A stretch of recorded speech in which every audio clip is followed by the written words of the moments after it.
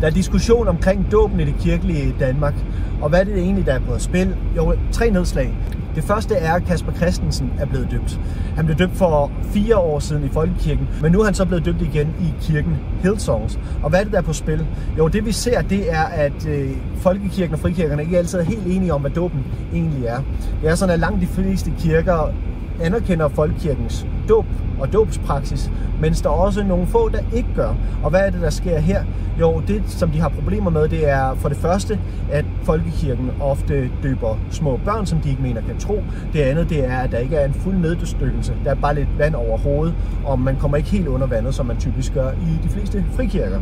Det andet, der bliver diskuteret omkring dåb, det er, at folkekirken ønsker at indføre dobbelt medlemskab.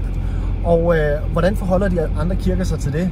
Jo, frikirkerne synes generelt set, at det er fint. De har en løsere struktur, og derfor er det ikke problematisk at være medlem af flere kirker på én gang. Hvordan forholder det sig for de katolske og de ortodokse kristne? Jo, her er det mere komplekst, fordi når man bliver døbt ind i den katolske eller ortodokse kirke, ja, så bliver man en del af Kristi legeme, og de tænker det meget mere konkret som den specifikke organisation, som den specifikke kirke. Og der giver det ikke mening at være medlem af flere Kristi legemer på én gang. Det tredje, der bliver diskuteret i det kirkelige Danmark omkring dåb, det er, at folkekirken overvejer en fornyelse af dåbsritualet. Og her er der især kommet en diskussion omkring det at blive Guds barn. Altså, har man altid været Guds barn, eller bliver man Guds barn i dåben? Men hvordan ser de andre kirker egentlig på det? I frikirkerne, der synes man, at det er en speciel diskussion, fordi at der tænker man altid et menneske som et Guds barn, hvis man forholder sig til Gud som sin far.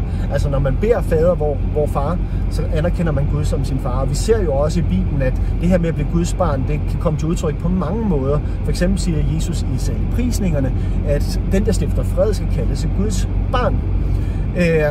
Hos ortodokse, ja, det er faktisk en diskussion, som er sådan en ikke-diskussion. Hvis man læser en af de helt vigtige ortodokse teologer, der hedder Oliver Clement, for eksempel i hans bog Kilder, som er en fantastisk bog, og læser kapitlet om dåb der, så finder man overhovedet ikke, at det bliver nævnt det her med at blive et Guds barn. Så det er altså ikke noget, der fylder i dåben for dem. Derimod så tænker de mere, at man bliver et lysets barn. I katolikernes dåbsritual, så ser vi noget interessant. Der ser vi formulering, der er noget i retning af det her, at i dåben bliver vi det, vi i virkeligheden er. Altså, i virkeligheden er vi Guds børn, men det bliver tydeligt, og det bliver virkelig for os i dåben.